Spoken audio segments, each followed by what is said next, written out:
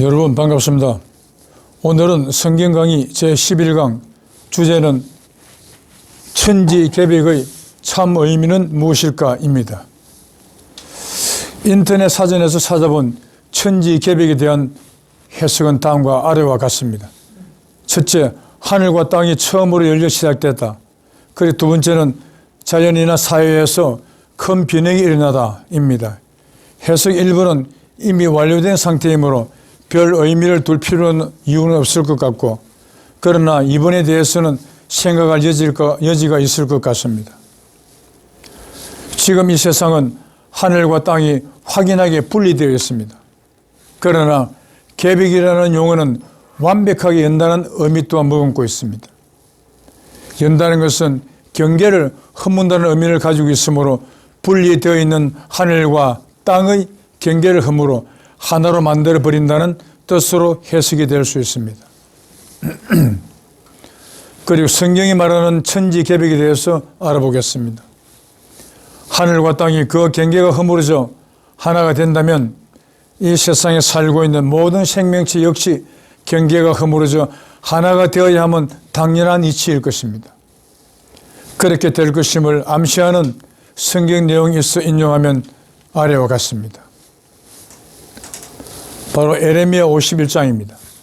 여호와께서 가라사대 너는 나의 철퇴 곧 병기라. 내가 너로 열방을 파하며 너로 국가들을 멸하며 내가 너로 말과 그 탄자를 부수며 너로 병거와 그 탄자를 부수며 너로 남자와 여자를 부수며 너로 노년과 유년을 부수며 너로 청년과 처녀를 부수며 너로 목자와 그 양떼를 부수며 너와 농부와 그 멍에 소를 부수며 너로 방백들과 두령들을 부수리로다. 이것을 해석을 해보면 너로 열방을 파하고 국가들을 멸하여 전 세계를 하나의 나라로 만들고 말탄자와 병거를 부수어 전쟁을 없이 하며 남자와 여자 그리고 노년과 유년 청년과 처녀의 경계를 부수어 남녀노소가 없는 상태로 만든다. 즉 전 세계를 하나로 만든다는 심대한 의미가 포함되어 있으니 이것이야말로 실질적인 천지개벽이 아닐 수가 없을 것입니다. 후천개벽은 잘못된 해석이다. 왜 그런지 설명을 드려보겠습니다. 그런데 후천개벽을 주장하는 종교단체가 있는 모양인데 잘못된 것입니다. 왜냐? 모두가 하나 되는 세상은 구세주에 의해 이루어지는 신천 신지를 의미하기에 육도 삼약에 기록된 선천, 후천, 중천에서 선천은 1도 두 주인공으로서 1도 태호복희씨와 2도 문왕씨가 있고, 그리고 후천은 3도 수은 최저호 성생과 4도 화운 강정상 성생이 그 주인공으로 되어 있습니다. 그리고 수은이나 화운을 보면은 구름 문자가 들어갔습니다. 인간의 기륭하복을 주재하는 주인공이 아니고 그냥 자기 때를 지나가는 존재로서 그렇게 이해가 될 수 있는 것입니다. 그리고 마지막 하늘인 중천을 보겠습니다.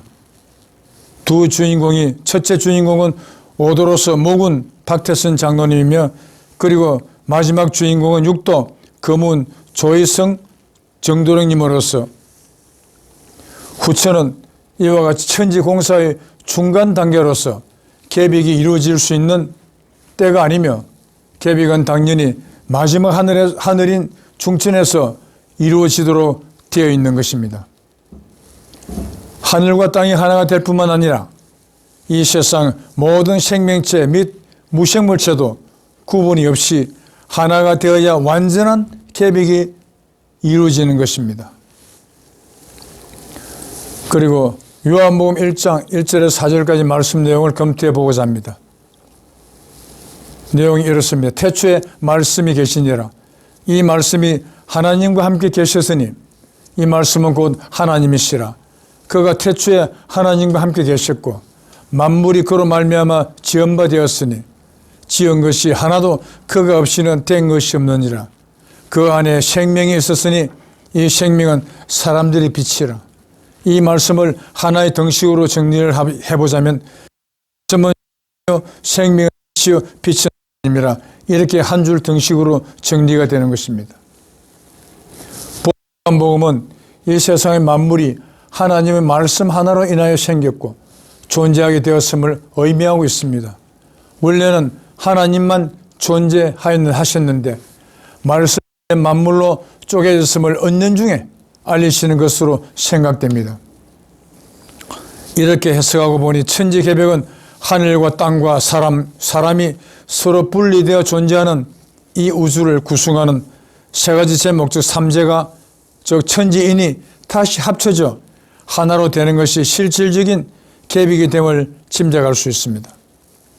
한자, 하늘 천자 속에 그 비밀이 담겨 있음을 깨달을 수가 있는 것입니다. 사람들은 인간을 만물의 영장이라고 합니다. 해석을 하면 만물은 영적 존재이며 그 중에서도 사람이 우두머리라는 의미가 됩니다.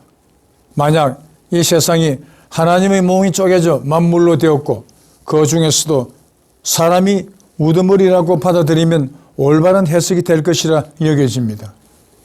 그런데 사람이 만약 하나님의 아들이 맞다면 영장으로, 영적 두목으로 불리는데 전혀 손색이 없을 것입니다. 이러한 의견에 동의하는 성경이 존재하여 다음에 인용합니다. 곧 인용되는 이 네 가지는 전에 지나간 강의에서 여러 번 설명을 드리고 인용을 했던 내용들입니다. 우선 먼저 시편 82편 6절, 내가 말하기를 너희는 신들이며 다 지존자의 아들들이라. 이 내가는 하나님입니다. 하나님께서 말씀하시기를 너희 인간들은 신들이며 전부 다 지존자, 즉 하나님의 아들들이라는 그런 내용입니다. 그리고 신명기 14장 1절과 요한일서 3장 2절도 역시 사람을 여호와의 자녀라고 그렇게 표현을 해놨습니다. 그러므로 고린도전서 15장 45절, 첫사람 아담은 산영이 되었다함과 같이 마지막 아담은 살려주는 영이 되었나니, 첫사람 아담은 에덴 동산에서 선악과를 먹고 죽을 수밖에 없는 존재가 되는 사람으로 전락된 상태의 하나님을 의미하는 것입니다. 그리고 마지막 아담은 살려주는 영이다 이렇게 표현되었습니다. 살려주는 영이라면 구세주를 의미하는 것입니다. 그래서 첫사람 아담이 죽을 수밖에 없는 인간으로 전락이 되었지만 마지막으로 오는 아담은 구세주로 오신다는 것입니다. 본 내용들은 사람이 하나님의 아들들일 뿐만 아니라 마지막 아담은 살려주는 영이 되는 구세주로 오실 것이라 하였습니다. 흙으로 빚어진 피조물이라면 어떻게 구세주가 될 수 있겠습니까? 그러므로 창세기의 창조론과 방금 인용된 성경 내용 중 어느 한쪽은 반드시 틀렸다가 되어야 하며 틀린 쪽은 당연히 창세기의 피조물론이 될 것입니다. 하나님의 전락된 모습이 바로 사람이다. 이사야서 41장 4절, 이 일을 누가 행하였느냐? 누가 이뤘느냐? 누가 태초부터 만대를 명정하였느냐? 나 여호와라. 태초에도 나요 나중에 있을 자에게도 내가 없거니라. 성경을 공부 좀 해보신 분은 이 태초라는 단어가 상당히 눈에 익은 단어로 보일 것입니다. 성경의 제일 첫 번째 첫 장, 첫 기절에 태초에 하나님이 천지를 창조하시니라 그렇게 되어 있습니다. 태초에 하나님이 천지를 창조하시니라. 이 내용에서 여러분들은 의문을 가져보신 적이 없습니까? 분명히 사도신경에도 하나님을 전능하신 분이라고 했습니다. 전지전능하신 분이 창조해 놓으신 이 세상이 죽음이 지배하고 있는 세상으로 되어 있습니다. 과연 전지전능하신 하나님 작품이라고 우리가 단정할 수 있겠습니까? 반드시 그 내용에는 의문이 갖다 붙을 수밖에 없을 것입니다. 그리고 이사야서 44장 6절에는 이스라엘의 왕인 여호와, 이스라엘의 구속자인 만군의 여호와가 말하노라. 나는 처음이요 마지막이라 나 외에 다른 신이 없느니라.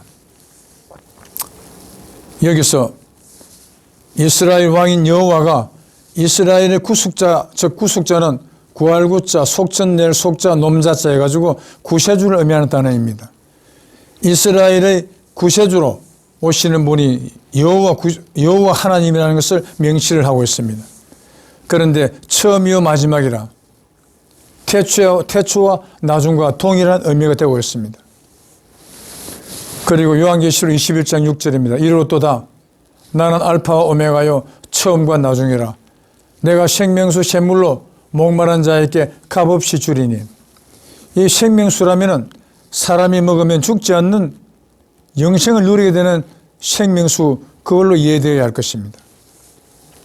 바로 이사야서 26장 19절에 주의 일설은 빛난 이슬이니 땅에서 죽은 자를 내어 놓으리로다. 저 구세주는 이 땅에 오실 때 맨손으로 오시는 게 아니라 빛난 이슬이라는 정표를 반드시 가지고 오신다고 했습니다. 그렇게 빛난 이슬을 가지고 구세주께서 이 땅에 한번 오신다면은 이 땅에는 죽음이 지배하고 있는 죽음의 만연된 죽음이 없어진다는 것입니다.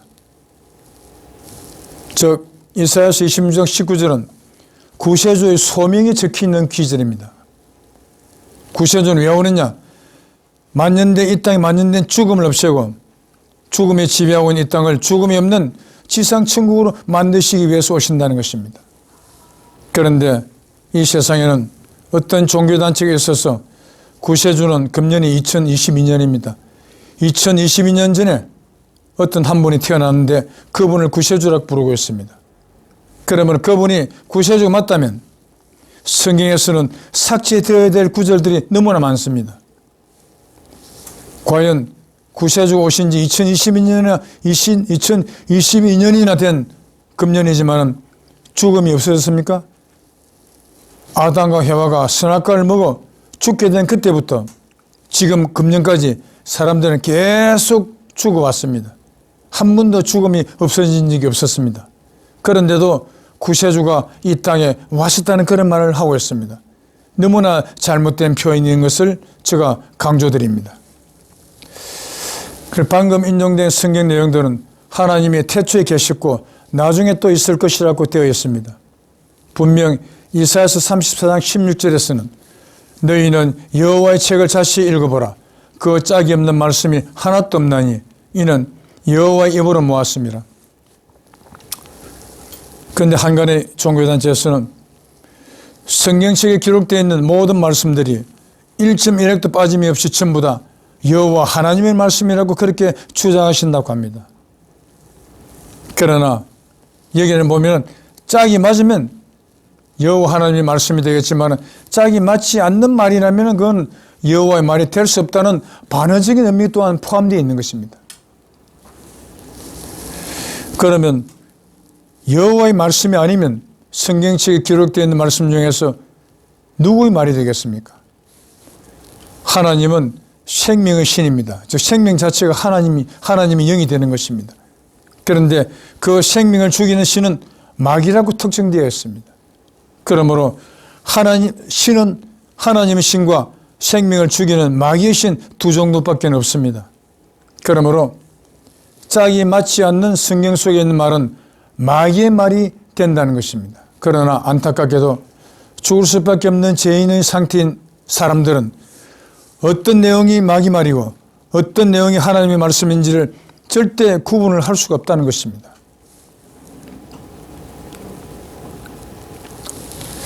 이렇게 이사야서 34장 16절은 내용적인 짝을 맞추어 성경을 해석해야 한다는 성경 해석 지침이 되며 여기서 나중이라는 말의 짝을 찾아보면 고린도전서 15장 26절에 맨 나중에 멸망받을 원수는 사망이니라 라고 기록되어 나중은 결국 죽음이 없어지는 맨 나중에 해당되며 그 맨 나중은 또한 고린도전서 15장 45절에 살려주는 영인 구세주가 되는 마지막 아담이 오는 때이며 이사야서 41장 4절에 태초에도 나요 나중에 있을 자에게도 내가 곧 거니라 해서 나중에 있을 자는 바로 구세주를 일컫는 것입니다.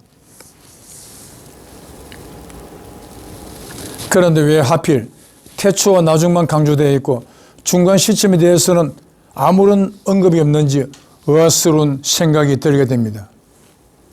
위에 인용된 성경 시편, 내가 말하기를 너희는 신들이며 다 지존자의 아들들이라. 우리가 지금은 하나님의 자녀라 하고 하는 내용과 같이 태초와 나중과 중간 시기 동안에는 하나님은 죽을 수밖에 없는 인간으로 전락된 모습으로 존재하였다는 것입니다. 전락된 모습으로 존재하였다는 방정으로 해석될 수 있는 것입니다. 그러므로 사람을 지존자의 아들들이라고 표현을 해놓은 것이 아닐까 싶습니다. 노아의 홍수로 지구의 환경이 주역 세상으로 바뀌었다는 것을 설명드리겠습니다. 여기서 성경 창세기에 나오는 일부 내용을 인용해 보겠습니다. 어쩌면 이 짤막한 내용이 창세기 전체의 허구성을 지적하는 것으로 해석될 수도 있을 것 같습니다. 창세기 8장 22절에 나옵니다. 땅이 있을 동안에는 심음과 그둠과 추위와 더위와 여름과 겨울과 낮과 밤이 쉬지 아니하리라. 이 말씀을 자세히 해석을 해보도록 하겠습니다. 땅이 있을 동안에는, 이 내용은 언젠가는 땅이 없어질 것이다 라는 의미가 포함되어 있는 것입니다. 그리고 심음과 그둠과는 지구의 일기가 현 세상과 같이 추나 추동 사계절의 변화가 있는 그런 주역 세상이 되었기에 봄에 씨 뿌리고 심고 가을에 거두어야 하며, 그렇게 된 이유는 원래 사계절의 변화가 없는 항상 봄, 즉 상춘의 세상이었는데 노아의 홍수로 인해서 지구상에는 물이 가득 차 방주에서 나와 못해서 생활이 될 수 없는 상태이므로 하나님께서 지구에 가득 찬 물을 남극과 북극의 양극으로 모아들여 얼음으로 고착시켜 사람이 살 수 있도록 묻히 드러나게 하셨고, 그 과정에서 지구는 질량 편중에 의해 지축이 23.5도 기울어져 태양 주위를 동그랗게 정원 운동을 하던 지구가 타원 운동을 하게 되어 지구의 공전 운동이 태양에 가까워졌다가 멀어졌다가 하는 까닭에 사계절의 변화가 있는 주역 세상으로 바뀌게 된 것임을 하나님께서 노아에게 알려주신 것입니다. 낮과 밤이 쉬지 아니하리라. 낮과 밤이 반복된다는 것은 이미 음양의 세상이 되었음을 의미하고 있습니다. 그리고 주역 학문적으로는 낮은 양이요 밤은 음에 해당되는데, 노아는 인류의 조상이시던 아담의 10대 후손이며 이미 음양의 세상이 된 지 1056년이 되던 해에 태어난 것으로 창세기에는 기록되어 있습니다. 그 천붕지탁 소사림, 이 글자가 의미하는 내용에 대해서 이렇게 설명을 드려보겠습니다. 지금 세상에 살고 있는 이 세상, 즉 우주 구성의 세 가지 제목은 천지인입니다. 하늘과 땅과 사람, 이 삼재가 바로 우주를 구성하는 세 가지 제목이 되는 것입니다. 사람들은 한자를 중국 글이라 알고 있지만 실은 우리 민족인 동이족이 발명한 것으로 중국 학자들도 알고 있다고 합니다. 그 한자는 바로 뜻글자입니다. 하늘을 의미하는 하늘 천자의 구성을 통해 파자풀이를 하면 위와 아래에 가로지르는 일자가 있고 그들의 중간에 내리그어진 일자가 있으며 그 아래로는 8팔자로 갈라져 있습니다. 위의 일은 사람 머리 위에 있는 하늘을 의미하고 밑에 있는 일은 땅을 의미하는데, 그 아래 위의 일자와 중간에 있는 사람인 자는 사람이 하늘과 땅 사이에 살고 있는데 여자와 남자로 음양으로 갈라져 있다는 것을 의미하는 것입니다. 바로 이것입니다. 하늘 천자입니다. 위에 있는 이 일자는 하늘을 의미하고 밑에 있는 일자는 사람 발밑에 있는 땅을 의미하고 있습니다. 그리고 사람인 자는 하늘과 땅 사이에 사람이 살고 있는데 남자와 여자, 음양으로 갈라져 있다는 것을 의미하는 그런 뜻글자가 되는 것입니다. 그러면 과연 하늘천이라는 글자는 어떤 의미를 가지고 있느냐면, 바로 지금은 우주 구성의 삼재 천지인이 각각 갈라져 있지만 함께 모이면 하늘천이 다시 완성된다는 엄청난 천기가 비로소 드러나게 되는 것이며 이 하늘천자 자체가 바로 천지계백을 잉태하고 있다고 해석을 할 수 있는 것입니다. 그러므로 4대 선민인 장자권이 임한 우리 민족의 국조이신 단군 할아버지 후손들이 살고 있는 우리나라에는 하늘이 무너져도 솟아날 구멍이 있다라는 속담을 통해 무너진 하늘나라가 소사 땅에서 재설립될 것임을 후손들이 내리에 심어 놓은 것이며 이 속담이 된 한자어가 예언서인 개감유록의 도부신인편에는 천붕지탁 소사리비라고 하여 본 속담을 좀 더 구체적으로 이해하는 데 도움이 되는 것입니다. 하늘천자 무너질 붕자, 따지자 터질 탁자. 하늘이 무너지고 땅이 터졌다. 즉 하늘나라가 이 세상이 망하였다. 그렇지만 힐소자 모래사자, 흰 돌이라는 의미를 가지고 있는 소사 땅에서 재설립될 것이다 라는 의미를 엄청난 천기가 되는 의미를 담고 있는 것입니다. 결론적으로 천지계백의 참 의미는 천붕지탁된 즉 파괴된 하늘나라가 소사립 말하자면 소사 땅에서 재설립됐을 때가 천지계백이 이루어진 시점이 되는 것입니다. 찬란하였던 하나님의 삼위일체 낙원 에덴 동산 그 신락원을 되찾을 무적장수가 바로 구세주요 미륵부처요 정도령인 것입니다. 창세기 제1장에 신라원을 되찾기 위해 계획된 하나님의 6천년간의 천지공사가 천붕지탁 소사립이 이루어짐으로써 잃어버렸던 삼위일체 하늘나라 에덴 동산을 되찾고 구세주께서 강림하시다가 된 것입니다. 그러므로 성경의 주인공인 구세주이든 불교인 주인공인 생밀부처님이든 아니면 개감유록의 예언서의 주인공인 정도령이든 호칭만 다를 뿐이지 동일한 신분 정표가 되는 이슬을 소지한 주인공이 나타나면 서로 자신들이 기다리던 주인공이 나타나셨다고 다들 춤을 추면서 환영하게 될 것이라고 생각합니다. 이렇게 참 구세주 되시는 동방의인께서 대한민국에 강림하심으로써 영생의 천국문이 활짝 열렸습니다. 모두 어서 오시어 영생의 큰 영광을 받으시기를 바라면서 오늘의 강의를 여기서 마치도록 하겠습니다. 끝까지 시청해 주셔서 정말 감사합니다.